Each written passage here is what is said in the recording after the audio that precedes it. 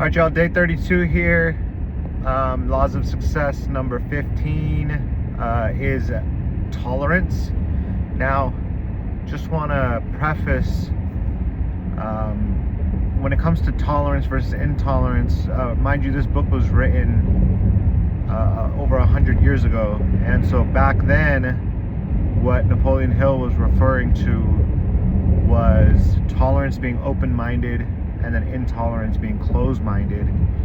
And the way that he phrased tolerance was the ability to hear a different perspective that was outside or different from your perspective. And when I think of modern society, and I don't like to dive too much into politics, it's not really my arena, but you see the right and the left today,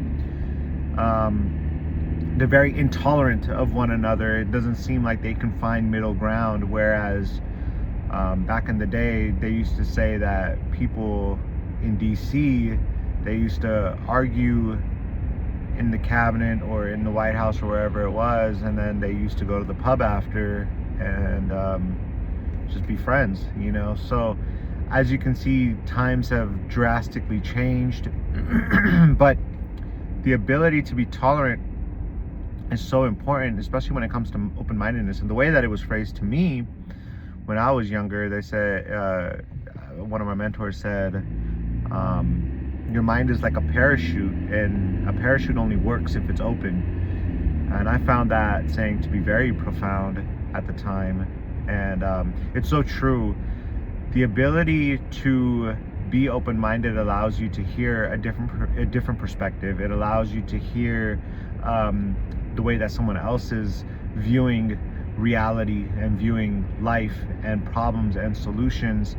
And if you stay closed-minded, you may think you have the solution to problems, but it may not be true, or you might not be able to solve it on your own. So becoming tolerant of other people's perspective is very important, especially in business, and especially when you're trying to build organizations.